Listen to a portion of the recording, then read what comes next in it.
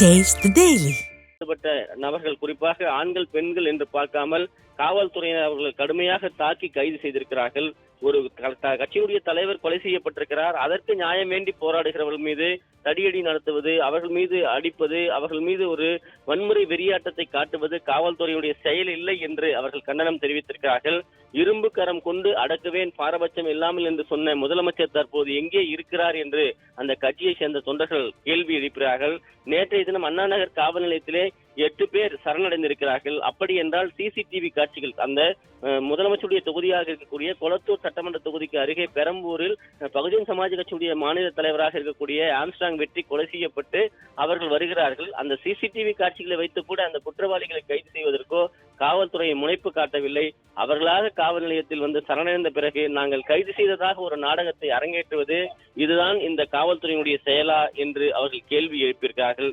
கைது செய்யப்பட்ட குற்றவாளிகளை சட்டத்தின் முன்னால் நிறுத்தி அவர்களுக்கான தண்டனையாவது இந்த காவல்துறை ஒழுங்கு முறையாக பெற்றுத்தர வேண்டும் என்று அந்த குடும்பம் கதறிக்கொண்டிருக்கிறது. இந்த நிலையில் தொடர்ந்து தமிழகத்தின் பல்வேறு பகுதிகளில் போராட்டம் வெடித்து வரக்கூடிய நிலையில் தற்போது சென்னை ராஜீவ்காந்தி அரசு மருத்துவமனையில் ஆம்ஸ்ட்ராங்குடைய உடலான பிரேத பரிசோதனை செய்யக்கூடிய அந்த நடவடிக்கைகளில் மருத்துவர்கள் ஈடுபட்டு வருகிறார்கள். அந்த பகுதியில் இருக்கக்கூடிய பகுஜன் சமாஜ் கட்சியைச் சேர்ந்த தொண்டர்களும் அதே போன்று அவருடைய உறவினர்களும் கடுமையான போராட்டத்தை முன்னெடுத்திருக்கிறார்கள். இந்த கொலைக்கு முழுக்க திமுக அரசே காரணம், முதல்வர் பதவி விலக வேண்டும் என்று அவர்கள் முழங்கி வருகிறார்கள்.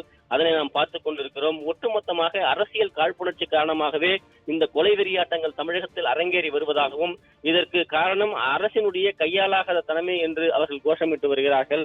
அரசும் காவல்துறையும் நினைத்திருந்தால் இது போன்ற கொலைகளை தடுக்க முடியும். சென்னை மாநகரத்தில் தமிழகத்தில் கேங்ஸ்டர் என்று சொல்லப்படுகின்ற ஒரு காவல்துறையில் முக்கிய பிரிவு இருக்கிறது.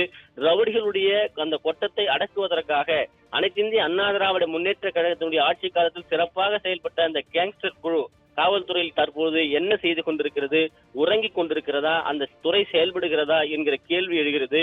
அதே நேரத்தில் அரசியல் கட்சியை சேர்ந்த முக்கிய தலைவர்களை கண்காணிப்பதற்காக தமிழக காவல்துறையில் SBCID என்று சொல்லப்படுகின்ற உளவு பிரிவும், IS என்று சொல்லப்படுகின்ற நுண்ணறிவு பிரிவும், இன்னும் பல்வேறு அமைப்புகளும் இருக்கிறார்கள். இவர்கள் எல்லாம் என்ன செய்து கொண்டிருக்கிறார்கள்? இது போன்ற அரசியல் தலைவர்கள் பட்டப்பகலில் வெட்டி கொலை செய்யப்பட்டால் மக்கள் மத்தியில் எப்படிப்பட்ட ஒரு அச்சம் ஏற்படும்? மக்கள் நடமாடுவதற்கே அஞ்சக்கூடிய ஒரு சூழ்நிலை ஏற்பட்டிருக்கிறது. நாம் பார்க்கக்கூடிய இந்த சிசிடிவி காட்சிகளில் இளைஞர்கள் இருசக்கர வாகனத்தில் வந்து சாதாரணமாக ஒரு கடைக்கு சென்று விட்டு திரும்புவது போல ஒரு அரசியல் கட்சியினுடைய தலைவரை வெட்டி கொலை செய்து விட்டு அவர்கள் சாதாரணமாக இருசக்கர வாகனத்தில் சென்று கொண்டிருக்கிறார்கள். அந்த பகுதியில் வீடுகள் இருக்கிறது, மக்கள் வசிக்கிறார்கள். ஒரு பரபரப்பு மிகுந்த ஒரு பகுதி.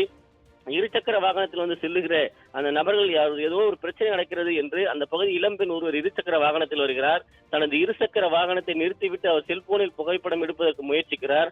ஆனாலும் கூட அவர் பயத்தோடு அந்த வீட்டுக்குள்ளே செல்லக்கூடிய காட்சிகள் எல்லாம் அந்த சிசிடிவி காட்சியில் பதிவாகி இருக்கிறது. தமிழகத்தில் சட்டம் ஒழுங்கை காப்பதாக சொல்லக்கூடிய காவல்துறை அதிகாரிகள் எல்லாம் என்ன செய்து கொண்டிருக்கிறார்கள்? சென்னை மாநகர காவல்துறை என்ன செய்து கொண்டிருக்கிறது?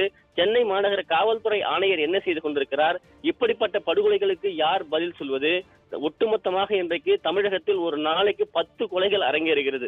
பல்வேறு சம்பவங்களால் இந்த கொலைகள் அரங்கேறக்கூடிய ஒரு அவலநிலையை பார்க்க முடிகிறது. நாள்தோறும் கொலைகள் இல்லாத நாள்களே இல்லை என்கிற ஒரு அவலத்தோடு ஒவ்வொரு நாளும் விடுகிறது.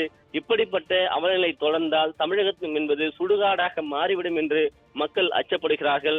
நேற்றைய தினம் வடக்கு மண்டல காவல்துறை கூடுதல் ஆணையராக இருக்கக்கூடிய அஸ்ராக் காருக்கு சம்பந்தப்பட்ட அந்த காவல் நிலையம் பகுதிக்கும் அந்த பாதிக்கப்பட்ட பகுதிகளுக்கு செல்லுகிற போது உறவினர்கள் கடுமையான எதிர்ப்பை தெரிவிக்கிறார்கள். காவல்துறை அதிகாரிகள் மெத்தன போக்கு, சட்டம் ஒழுங்கை பாதுகாக்க தவறியது, இது போன்ற கொலைகளை அதாவது நடக்க விட்டு வேடிக்கை பார்த்தது போன்ற பல்வேறு காரணங்களை கூறி அவர்கள் ஆவேசமாக முழங்கியதை பார்க்க முடிகிறது. அந்த இடத்தில் இருந்து காவல்துறை ஆணையர் வேகமாக புறப்பட்டு தனக்கு காரை எடுத்துக்கொண்டு அவர் திரும்பக்கூடிய காட்சிகள் எல்லாம் அரங்கேறி இருக்கிறது.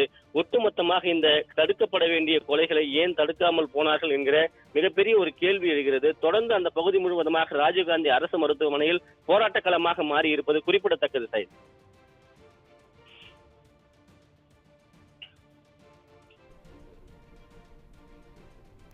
பகுஜன் சமாஜ் கட்சியின் மாநில தலைவர் ஆம்ஸ்ட்ராங் படுகொலையை கண்டித்து சென்னை ராஜீவ்காந்தி அரசு மருத்துவமனை வெளியே பகுஜன் சமாஜ் கட்சியினர் போராட்டத்தில் ஈடுபட்டு வருகின்றனர். ஏராளமான போலீசார் குவிக்கப்பட்டுள்ளதால் அங்கு பதற்றமான சூழல் நிலவுகிறது. இது தொடர்பான விவரங்களை நமது தலைமை செய்தியாளர் ஜெயக்குமார் வழங்க கேட்டோம். இணைப்பில் வந்து விவரங்களை வழங்கியமைக்கு நன்றி ஜெயக்குமார்.